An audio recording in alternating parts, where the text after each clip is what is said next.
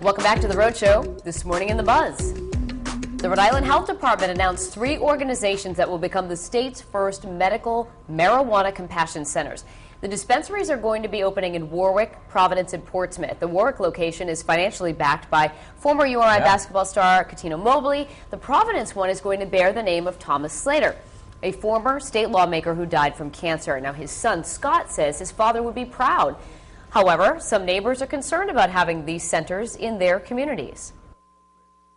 I would never want to put my father's name on something that didn't have the highest integrity. It would help cancer patients, glaucoma, and everyone that suffers and needs medical marijuana. It's in our neighborhood. We live 4 blocks away. Who's controlling it? Who's watching it? Who's making sure that prescriptions are being filled the way they should be? All right, so the Department of Health says it will be overseeing the process to make sure nothing illegal is happening at those centers. All right, so let's say one moved into your neighborhood. Would you guys have a problem with it? Nope. Me either. You know why? Oh, go ahead, TJ.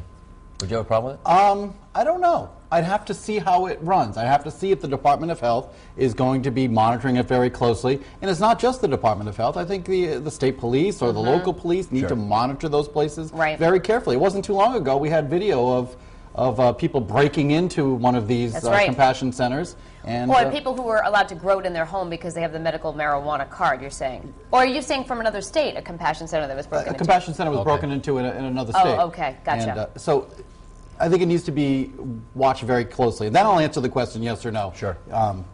Here's the other thing, though. It's going on in your neighborhood now anyway. Well, that's what I was going to say that, too. We did it in Riverside, East Providence today. There was a and I grew up in Riverside. I used to walk down that street every single day growing up, and you never know. I mean, there's 3,000 people on this list. Whether they all legitimately need it or not, they're on the list to get help. Don't get me wrong. I'm not against it. I think no. I mean, if you need it and it's doctor recommended, sure, I have no problem with that. It's just whether or not you want it in your neighborhood is a question. Well, I just think that, like you said, it's not like they're erecting 3 crack houses, one in the East Bay, one in the West Bay, and one in downtown Providence. And in order to get these through, I do believe that when you said the Department of Health, the state police, all the people that are involved to monitor the situation, they'll keep a close eye on this because there's a lot of money involved here. Sure. And also, if you're prescribing an illegal drug for somebody, you can't just pass it out like it's blow pops. What do you guys it's think going to about be regulated here? What do you think about this opening the door to more expansion of allowing marijuana? I mean, a lot of people have debated about this with legalize it, right? It's time to legalize it. You think about all the money the state could make from it. There's a lot of people who use it illegally now. Anyway, why not legalize it? What do you think?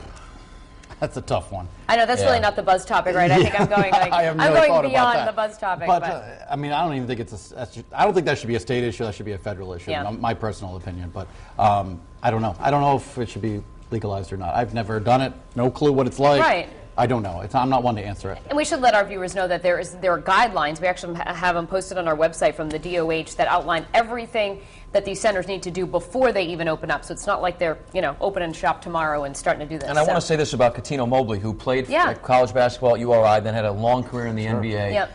This guy he is so dedicated to the community and helping people out, and he still gives tons of money where he's from down in Philadelphia. Yeah. Jarvis Green was with us earlier. You hear a lot about athletes who are turkeys and they just spend their money and they got guns and they make a ruckus and they get in trouble. Yeah. But guys like Cuttino Mobley and Jarvis Green, who's here, but they're doing this for the right reason. And he's putting up all of his own money to fund. He's a sole financer for that one that's going to be over in Warwick. In Warwick, I believe. Yeah. So. Yep, should be interesting to see what happens, and we, of course, will stay on top of the developments as they begin to open their doors as well. So let's head over to Courtney and see what people are saying online about these compassion centers today. Everyone is supportive at this point, so I'm really interested to hear from those who aren't. So if you're watching right now, feel free to join us on the live blog. Send us an email, leave a comment on our Facebook page. But we'll start over with the live blog this morning, as usual. And Jean says, finally, I think it's a great idea, and if monitored correctly, should be even less problems than the thousands of bar rooms on every corner in Rhode Island. Joe says, I think this is a step forward for Rhode Island. As long as the centers are kept up to code, we should have no problems. And Jerry says, I support it. You never know when you will need it. There is always someone against everything. Here's our poll right underneath the live blog on foxprovidence.com. What do you think about Rhode Island opening 3 compassion centers? A, I support its use for medical purposes. B, I'm concerned of its effect in the area. Or C, marijuana should remain illegal. And I have that link for you with all the guidelines and regulations. If you do want to read up on it and get educated on what's happening here, you can find that online as well. On Facebook, Enid Rodriguez says this is great. Some people have chronic pain and illnesses, and sometimes medication alone doesn't help.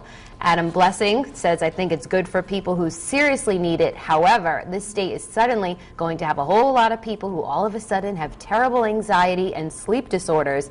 And Peter Turner says it's about time. So that's a little bit of how our viewers are feeling this morning, and we'll see what you all say in our web poll at the end of the show. We'll check back in then. But